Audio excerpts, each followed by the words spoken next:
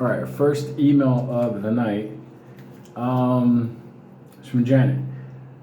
Hey Lou, can you give us a health update? How are you? You look like you've lost weight. Take care, Janet. Giant hugs, Janet. Okay, let me give you. I promise everybody's gonna give a rundown. Okay. Easiest way to put it is this way. Going back towards the time my little dance with the government and the mistreatment, I had the infection that went on and it affected the inner ear area, which caused basically kind of like a buildup of fluid inside the inner ear. So sometimes it causes pressure and stuff like that. So I went through a bunch of different specialist treatment, whatever, and I've gotten it better. Like the tinnitus used to be at a ridiculous level. But the problem was that also affects more than just your hearing, and then that's what triggers the headaches and stuff like that. That also triggers like your vertical nausea type stuff. So a lot of times what it was, I was not drinking as much water as I was supposed to, and skipping meals was even easier for me. I don't really eat a lot anyway. I wake up in the morning, you see what I do. I have a cup of coffee, a piece of a cookie or a slice of toast or something. Then lunchtime I do a pretty balanced meal, chicken, vegetable, some little bit of carb onto it, and I leave it at that. Then in the afternoon, it's basically like some fruit, yogurt, piece of cheese or something. That's how I always was. So when you guys met me, I was at my highest weight because I was recovering from the lung injuries, the after effects from obviously what I had to do for money, and just everything. So some of the medication that was being given to me had steroids to repair the lung tissue inside, because that mosquito virus dengue that affected the inner lung. So it caused me to have a lot of weight, which was not something that never. But that being said, so I went to the doctor because I have to have a procedure next week to kind of like take care of some things here. And the second I walked in, she was like, "Whoa, what's going on with you?" And she quickly was like, did the dehydration test on me, whatever. And then she found out that my body was basically shutting down because I wasn't taking in as much water, but I was keeping an active lifestyle. Still going to the gym, still doing things, still, basically being me. But the problem was, I'll say this, there are a lot of men that are like tanks, like my father's like that, my brother's like that. They'll continue going forward, like, even though they're supposed to be in an emergency room. I have that stupid DNA. So I kept moving, yeah, I'm fine, don't worry about it, everything is good. She's like, yeah, give me your arm, we're doing IVs and everything. So now they got me on, I got to rehydrate, so I got like these, rehydration, prescription to like rehydrate myself, to let my body get used to, absorbing water again. It's kind of like a forced thing. My health is fine. It's just the process of, that was an after effect of everything.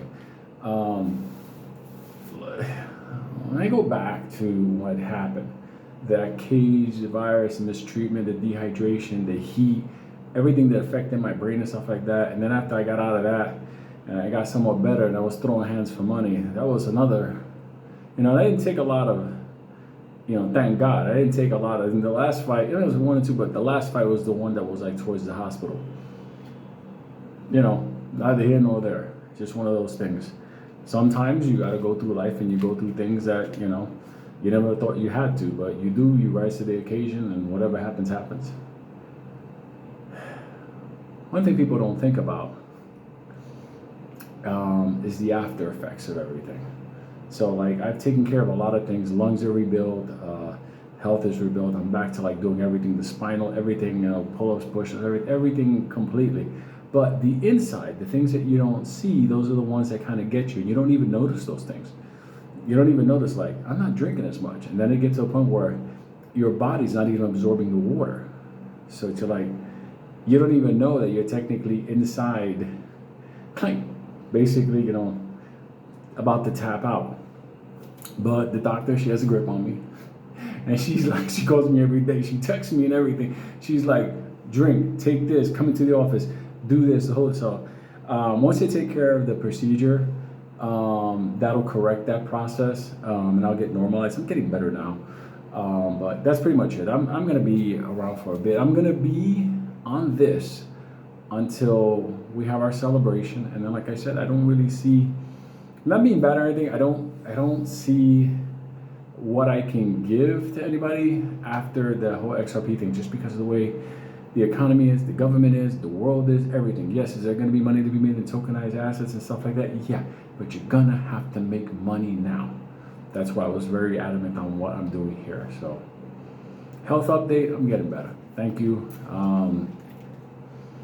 There's a lot of you out there that are going through a lot of health stuff, a lot of bad stuff, things at a level that whatever. And I can relate to you. Like I told you, I was almost about to go into shock, and when the government released me, I was rushed emergency by Mike. I was about to, it was that kind of stuff. But they stabilized my heart and everything, it was done. Then later on, after the last fight, that was the whole, that kind of stuff. You come back from that stuff, and unfortunately, men, especially men my age, men from my time, we tend to, nowadays people go to the doctor when like their feelings get hurt. Like I grew up in a time when that didn't happen, like for real. Like there are people that, I grew up with that, they were just walking around with stuff that was killing them, like whatever, until they collapsed. So I grew up around that time. Yeah, it's a stupid thing to do, but when you have that thing in your head, you just go through it. So these after things that happen, you don't really look at it, especially when it's like, that kind of internal stuff. Like, yeah, drink some water, everything's fine, but you're dehydrating, but you're having the nausea, the vertigo, and stuff like that, and it's affecting other areas of your body until somebody from outside, like a doctor, goes, "Oh, slow down." So everything's good. So I gotta kill this pack now. Trust me, it ain't easy, but you'll see me with the red cup in a few minutes. So giant hugs, and there's your health update, the Lou health update, and I pray for all of your health as well, because that's important. And my friends, family. When I say family, I really do mean family. That's just how I am.